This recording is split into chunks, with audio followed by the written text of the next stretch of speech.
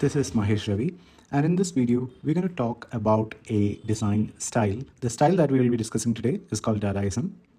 If you have seen my previous videos, I've already done a study on brutalism. So the purpose of these videos are not basically to elaborate on its origin and history. I will be talking about this from a perspective of a designer and how you can actually apply this in your design works. So there are a couple of things that you need to understand when you're approaching a style. The first thing is to understand what it means, what are its personalities or traits, how can we effectively apply it to our design projects. So now, why this is important? If you can actually include a style in your design, it will definitely increase the aesthetic appeal and the value of your design. Let's take a look at what it means first. It's a deliberate denial or subversion of conventions. So, any conventional, regular, or usual norm, you are denying it, you are disagreeing with it, right? So, that is Dadaism. Dadaism in art basically started in reaction to World War One. So people who couldn't react to the war due to fear or anxiety or political pressure and all those things, they actually used the medium of art to express their disagreement. And how they did was they actually used established artworks and they vandalized it. They actually vandalized it in a way that it sends a message to everybody out there without revealing explicitly what the problem is. For instance, if you look at the Mona Lisa image, the art was to actually express, the art's function was to express the beauty of this woman, but by adding a mustache into it, they nullified that purpose. So that is Dadaism. If we look at these two designs, you can actually see Dadaism here, very evident views of it, right? Both of them doesn't have a purpose right now because of the addition of vandalism into it. So before we move forward, there's one more thing that you need to understand. Dadaism is not chaotic vandalism alone. So whenever you hear Dadaism, don't think of it like you have to destroy it into pieces and then you have to create a chaos of it. You don't have to do that. We can create minimal vandalism also in Dadaism. So it's not the vandalism. The amount of vandalism is not the trait. It's a rejection of its reason that matters a lot. Why did that art exist in the first place? You are sort of nullifying that. You are saying that the art, I destroyed it so that it doesn't have a purpose anymore, right? So you're destroying the reason for something to exist. The same thing if you think about the iron box example that we just saw, right? There is no reason for these iron boxes to exist anymore because you cannot iron clothes with it. It will tear the cloth apart, right? So you nullified the reason with these nails attached to it, right? This is a classic example of Dadaism. I will make it very, very, very simple for you to understand this.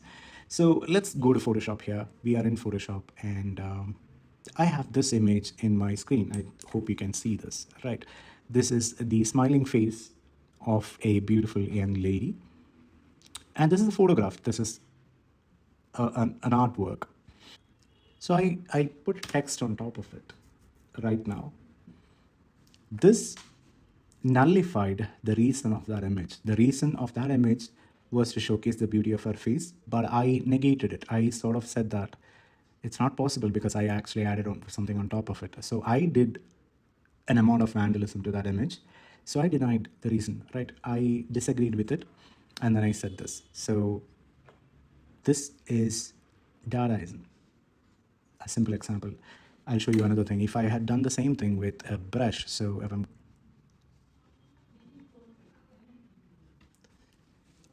if I did this, this is Dadaism because there is no reason for this image to exist, right? I overwrote its function and now it is a pointless image, right? So I did Dadaism here and this is Dadaistic art. Now let's get back to our topic, which is design, okay? So Dadaism in graphic design, there is a small problem in this theory that I'm saying, right? So it actually says that if you want to include Dadaism in your design, you have to negate the reason, right? You have to disagree with the reason. You have to nullify the function of that product to bring in Dadaism. But if there is no function, there is no design, right? Design needs to be having a function. So how do you do that? All right. So let's take a look at a couple of works here. You can see Dadaist examples of it. These are designs. These are not artworks. These are not Dadaist art or Dadaist products. These are graphic design examples of Dadaism, right? So let me to study this. So how can you nullify the reason in design? As I was saying, right? Design has a purpose. So if you negate that, how will this work? Let's take a look at this. As I told you, this is Dadaism. You already nullified the reason of this image. But if you take a look at this right now, you have the Dadaism on the left side. You can see the Dadaist artwork.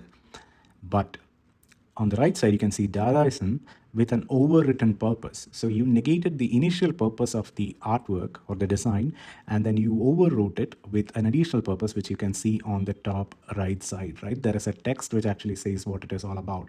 So if you look at all these examples right now, you can see that these are all Dadaist approaches. They took the artwork, they negated its purpose, but then it all got overwritten by an additional purpose. Let's take a look at this image. The girl's face, in the left side, you can see that the girl's face is masked by a box. So you can see the girl, but you can still see the function of this poster by reading the additional elements which were added into it. The next one, you can see the purpose.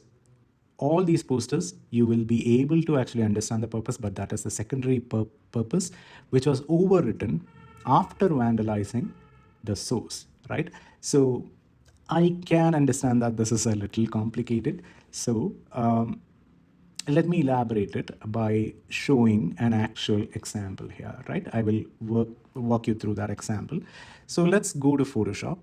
So I have a basic image that I worked on.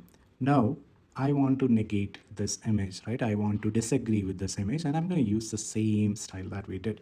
So I'm going to say no here, and I'll change the typeface. So now this is a vandalized image, right? Still doesn't have a purpose. It just says no, right? So we vandalized it. We just vandalized the original source. Now, this is the important thing. You are going to overwrite this design with the actual purpose, right? So we will add a caption here. Let's say,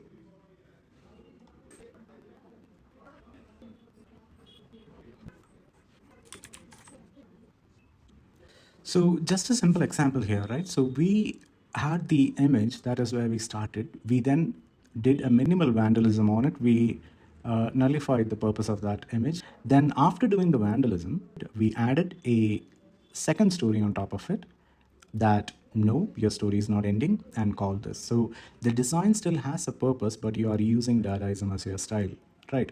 So this is how you can use Dadaism. This is a simple beginner's guide to approach Dadaism. Definitely there is more that you will learn about the history and evolution of Dadaism, and you will see much more examples, but to simplify it and understand it, this is the best way. So I hope this actually helps. I'll see you soon with another video. Till then, bye.